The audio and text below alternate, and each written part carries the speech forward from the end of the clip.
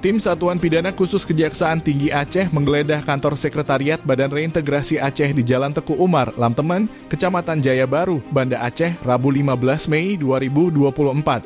Penggeledahan tersebut dilakukan menindaklanjuti dugaan tindak pidana korupsi pengadaan budidaya ikan kakap dan pakan rucah untuk masyarakat korban konflik senilai 15 miliar rupiah.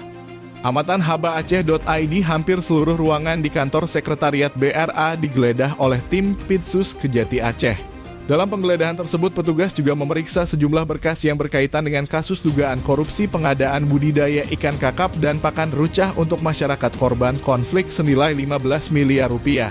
Sebelumnya, Kejati Aceh mulai menyelidiki dugaan korupsi pengadaan budidaya ikan kakap dan pakan rucah untuk masyarakat korban konflik di Badan Reintegrasi Aceh di Aceh Timur senilai 15 miliar rupiah. Sejak kemarin kami sudah mulai memanggil pihak-pihak terkait untuk dimintai keterangan, data dan dokumennya, kata PLT Kasipenkum Kejati Aceh Ali Rasab Lubis Selasa 7 April. Kemudian kata Ali, setelah proses pengumpulan keterangan dan data, kejaksaan akan memutuskan untuk melanjutkan atau tidak kasus tersebut ke tahap penyidikan. Sementara terkait siapa saja nama yang dipanggil untuk dimintai keterangan, Ali tidak menjelaskan lebih detail.